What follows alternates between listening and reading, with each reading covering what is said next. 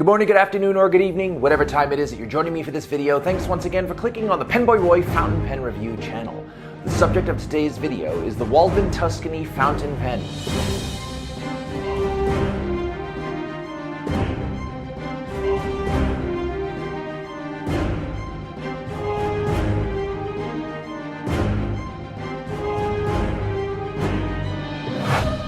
Before I get started, a big shout out to my sponsor of this channel, Pen Chalet. Be sure to check out penchalet.com for all your fountain pen virus cures, and be sure to use coupon code GOODWORDS, one word, at checkout to score yourself extra discounts on all your purchases on the Pen Chalet website. See the description below for more details. Also, don't forget to check out the PenBoyRoy Pentertainment Podcast, available on your favorite podcasting apps. Just be forewarned, it's not for children. You have been warned. Waldmann Writing Instruments. Manufacturing was founded in 1918 in Pforzheim by a Mr. Adolf Waldmann. At the time, the common writing instrument was the simple pencil, but to good old Waldmann, that was just too boring. So, he decided to make pencils with decorative shells made of gold and silver. Later in the year 1921, Waldmann decided to do the right thing and expanded production to making fountain pens.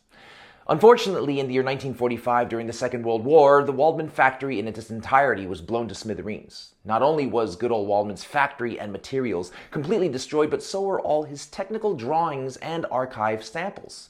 As bad as this was, it wasn't enough to keep them down. By 1946, the business was back up and running. Okay, now let me read something for you that the brand is very proud of in regard to manufacturing. Here we go. As was also the case in the founding year, Waldmann still manufactures 100% of its products at its production site in Germany, and therefore all Waldmann products rightfully carry the Made in Germany mark. Despite intermediate introduction of modern technology, the old traditional production methods used to produce Waldmann writing instruments have been kept on, and average 73% of manufacturing is done by pure craftsmanship. Waldmann's own writing instrument collection comprises 15 model series, all produced using solid sterling silver, and this therefore makes Waldmann the only manufacturer worldwide of writing instruments that can exhibit its whole collection made up completely of sterling silver. As a specialist for exceptional surfaces, Waldmann has made a name for themselves. Pretty interesting, isn't it? Now, in the year 2021, the US distribution for Waldmann Luxury Brands of America provided this pen to yours truly for review. So thanks goes out to Bryce over at Luxury Brands for that. Oh, and by the way, Bryce was also a special guest on the Pentertainment Podcast number 58. And since then has earned the honor of sponsoring the Pentertainment Podcast. So in addition to thanks, I would also like to take this time out to congratulate Luxury Brands of America for earning the great honor of sponsoring the Pentertainment Podcast. That's all I have for the background information. Moving on to the neutral zone. Those elements about the pen that are neither good or bad, or can be good or bad, depending on you. The nib is a number 5 size stainless steel nib plated in rose gold to match the furniture of the pen. The nib is manufactured by Jovo. The shoulders of the nib have some decorative scroll work. Underneath the breather hole is the date that the brand was established, as well as the brand logo that to me, when held sideways, looks a lot like a mutated Psycho Pac-Man. Underneath the crazy mutated Pac-Man is the nib size. The feed is a familiar plastic feed often seen with Jovo nib units. The nib and feed are friction fit into the unscrewable Jovo nib unit housing that screws into the rose gold metal section that has a rather dramatic flare at the end to keep your fingers from sliding to the nib when writing. The section threads are part of the section and screw into the rose gold thread assembly of the barrel.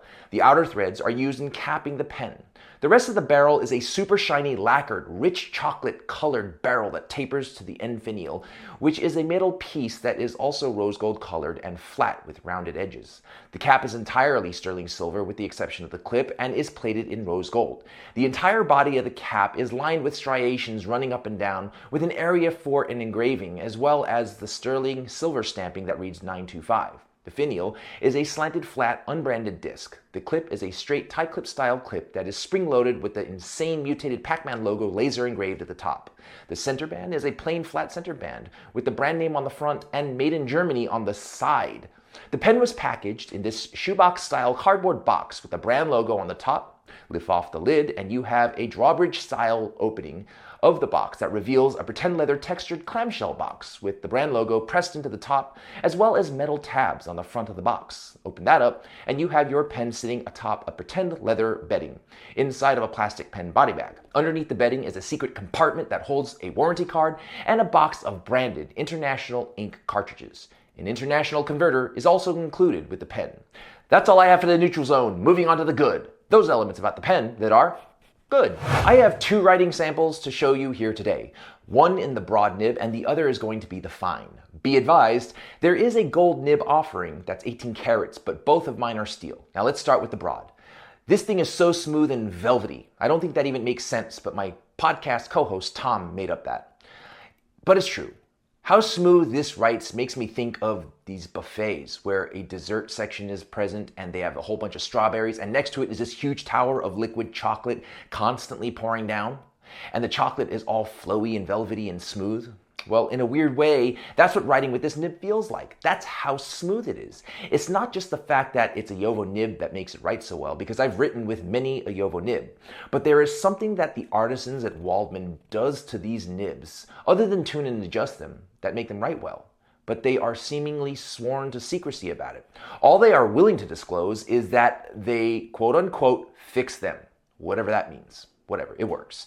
Now, I'm not the biggest fan of using broader or thicker nibs, but I'm trying to get used to them, and having one that writes this well certainly helps. Having said that, I did need to try out the fine nib as well.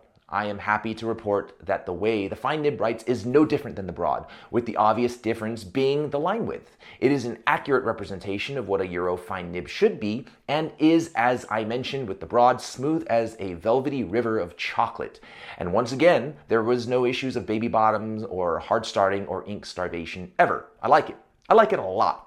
Again, when writing with this nib, I can't help but wonder what it is that the brand is doing to make these nibs write so wonderfully. But again, it's being kept secret. Do I want to know? Yeah, sure I do. But if the cost of not knowing means that the nibs are going to perform as they do, then not knowing is just fine. The pen posted and unposted to me are actually one and the same in terms of balance and comfort. I do appreciate that the inner cap won't scratch the barrel since the threads are plastic.